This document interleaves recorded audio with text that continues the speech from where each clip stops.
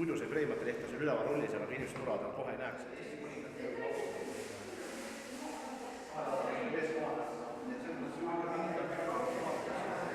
See on suur töö muidugi, Eesti kultuurilooliselt väga oluline töö, aga ka varem tehtud Estonia teatri renoveerimine, presidendi kantselei, et ei tahaks nimetada nagu neid vähem tähtsateks lugeda.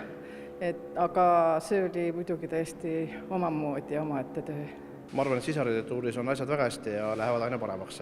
Et järgmine aasta tõenäoliselt on oodata veel suuremaid kandideerijaid ja suuremat hulka kolleegi kandideerima ja vahvaid avalikke objekte.